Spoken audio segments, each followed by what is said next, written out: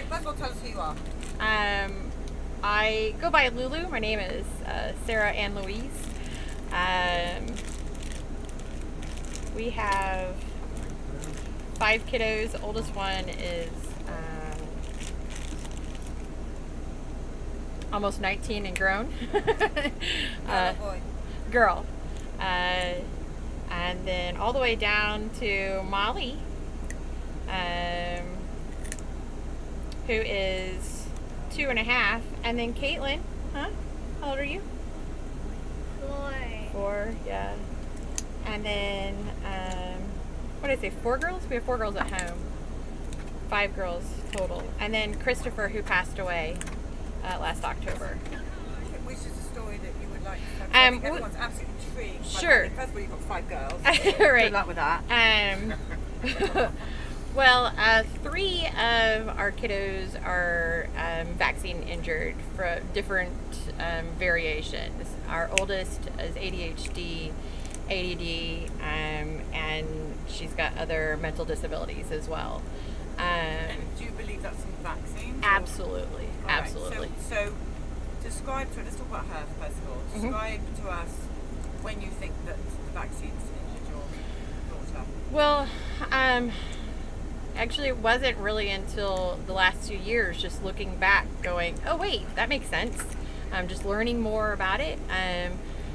We always knew with Christopher, who would be almost 11, that there was something not right, because he was a fine little boy, and then after his 18-month set of vaccines, MMR was included in that, among several others, he changed. But he changed pretty drastically. And as we learned more, we learned more about food and different things with him. And then, did he live with you? As being a step parent, no, he visited us. Right. So I was very limited as a step parent, what I could actually help, in his diet and life and so forth. And then when Katelyn came along, you also have to understand too that my husband is a Marine as well, so very, very government taught, and he's had so many vaccines. I don't know that we could know all of them. It's very that you do what the government tells you to do, and it's very trusted, and that's just how life is. But there was something in my mom gut that said, I just don't like this. I just don't like this. And so we were delaying vaccines with Katelyn just a little bit, just because I was kind of arguing it. But, it's that spousal conversation of, well, no, we need to do this because this is what you're supposed to do. And this is what the doctors are saying. And, we've had this pediatrician for 10 years. We trust these people, obviously. And Katelyn got sick in the doctor's office after her MMR. She seized there. We were also had our other kiddo there to follow up for an ear infection, so we were waiting in the doctor's office, and she seized there while we were at the office already, and their pediatrician's office was in a hospital, and this was in St. Louis when we lived in Missouri, and so we were able to rush down to the hospital part, and they said, totally coincidental. I'm not quite sure how that could be coincidental, but she was, walking and talking and all the little normal. She was a little over 16 months at the time. Katelyn was, and then just shortly after that, she, just as the kiddos start to walk, she started to stop walking. She would sit down more. She would crawl more. She started dragging a leg. She went back to couch walking, and regressing. She started hitting things in general. She started hitting her head on things, furniture, walls. She couldn't get enough. And spinning was turned into a really big thing for her. She was a huge spinner.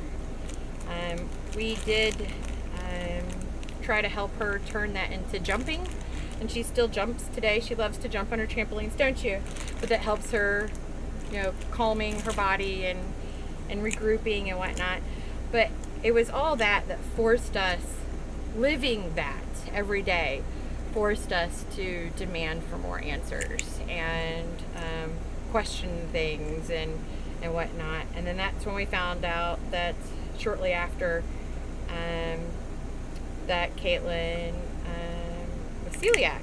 And then as we were learning more about food and about the toxins that are in the vaccines is when we started piecing together, oh, wait a second, our 16-year-old has, these things.